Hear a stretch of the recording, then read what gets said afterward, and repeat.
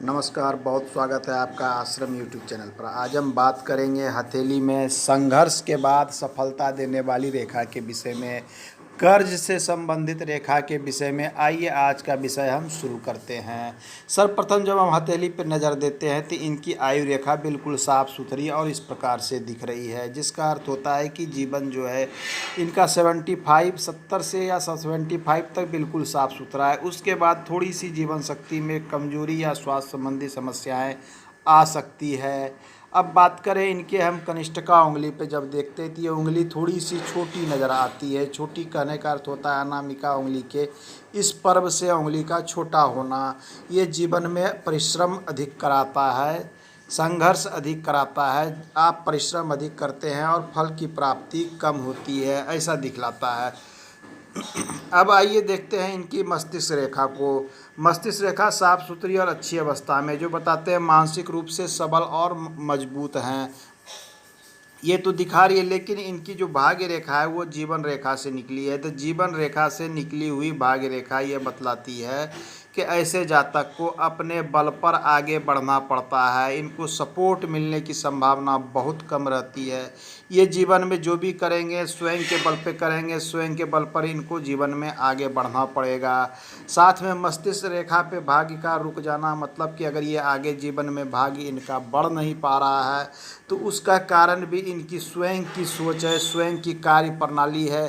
कुछ न कुछ ये ऐसा कार्य कर रहे हैं या फिर सही से नहीं कर पा रहे हैं, जिनके कारण इनकी उन्नति प्रगति रुक सी गई है। और जिनकी भाग्य रेखा जाके मस्तिष्क रेखा पे रुकती है, एक अर्थ इसका ये भी होता है कि जीवन में ऋण का सामना, मतलब कर्ज का सामना भी करना पड़ता है।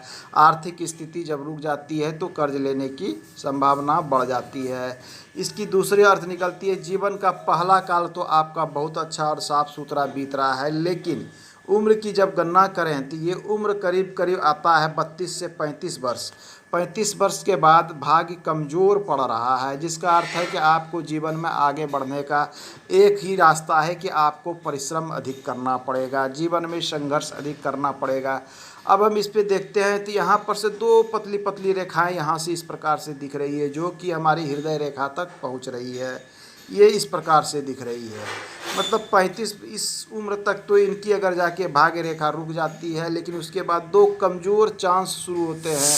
थोड़ी पतली है लेकिन अच्छी अवस्था में है, तो ये भाग्य फिर इनके दो तरफ से धन आने की संभावना को दिखला रहा है कि धन के स्रोत एक से अधिक होंगे। ये धन के स्रोत करीब करीब 55-56 वर्ष तक बिल्कुल साफ सुथरी दिख रही है। इसके आगे की रेखा थोड़ी धुंधली है। शनि पर से एक चिन्ह ऐसे आया है, लेकिन ये चिन्ह जितना पिक्चर में दिख रहा है वो शायद नीचे की ओर नहीं गया है। अगर ये नीचे की ओर इस प्रकार से आता है तो फिर स्थिति ये शुभ बन जाती है। ऐसे जातक को चाहिए इस हथेली की रेखाओं को अगर परिवर्तन करना है तो थोड़ी योग मुद्रा में बैठें, इससे रेखाओं में परिवर्तन भी आता है। अब देख लीजिए ये दो चांस बन रहा है। एक चांस तो इनका 56 वर्ष पे रुक गया, लेकिन अगर दूसरा चांस भी रुक गया है तो 56 ईयर वर्ष तक इनकी भाग्य ठीक ठाक काम करेगी। लेकिन मूल रूप से ये 35-36 वर्ष तक भाग्य की स्थिति बहुत अच्छी है, उसके बाद कमज़ोर पड़ रही है। ऐसे जातक को जीवन में परिश्रम करना पड़ेगा। अधिक परिश्रम से इनको फल की प्राप्ति और धन की प्राप्ति होगी। जिन जातक के हथेली में रेखाओं की संख्या कम होती है, ऐसे जातक को परिश्रम जीवन में अधिक करना पड़ता है, तो इनको सफलता प्राप्त होती है। अब आइए बात करते हैं, एक शुभ चिन्ह इनके हथेली में दिख रहा है, जो इस पिक्चर में दिख रहा है। यहाँ पर एक फिश का निशान दिख रहा है इस प्रकार से। ये मंगल पर्वत पर मछली पलना एक शुभ चिन्ह होता है। मंगल साहस का प्रतीक होता है, मतलब इनके मंगल पर पढ़ना ये बतला रहा है कि शारीरिक रूप से ऐसे जातक जो है मजबूत हो सकते हैं, मन के मजबूत हो सकते हैं, और थोड़े से क्रोधी प्रवृत्ति, आक्रामक प्रवृत्ति को भी दिखलाता है। साथ में ऐसे जातक अगर सार्थक प्रयास करें तो ये स्पोर्ट्स में अच्छा हो सकते हैं, खेल कूद में, या फिर पुलिस मिलिट्री में अगर प्रयास करते तो उस क्षेत्र में इस प्रकार की कुछ क्षेत्र चीज़ें जहां साहस की आवश्यकता होती है, ऐसे क्षेत्र में थोड़ी सफलता मिलने की संभावना बन रही है। इनका अब अगला प्रश्न था संतान से संबंधित। अंगूठे की इस मूल भाग में एक छोटा सा काला धब्बा है जो तिल के जैसा लग रहा है। अगर ये तिल है या काला धब्बा है तो संतान उत्पन्न होने में ये बाधा उत्पन्न करती है। दूसरी स्थिति जो बनती है, यहाँ पर जिन जातक को यहाँ पर यवमाला रहते हैं, मतलब इस प्रकार से रेखा होती है, उन्हें संतान की प्राप्ति अवश्य होती है। इसमें हालांकि रेखा तो दिख रही है लेकिन थोड़ी कमज़ोर स्थिति में छोटी छोटी यवमाला है, मतलब थोड़ी समस्या है, लेकिन संतान अवश्य आएगा ऐसा लग रहा है। ये तिल की समस्या है तो संतान में बाधा उत्पन्न करती है। कुल मिला के हथेली बिल्कुल संघर्ष करने वाली और परिश्रम करने वाली है। ऐसे जातक जीवन में जितना परिश्रम करेंगे, जितना संघर्ष करेंगे, उतनी आगे जाने की संभावना बनती है। तो परिश्रम से बिल्कुल इन्हें पीछे नहीं हटना चाहिए।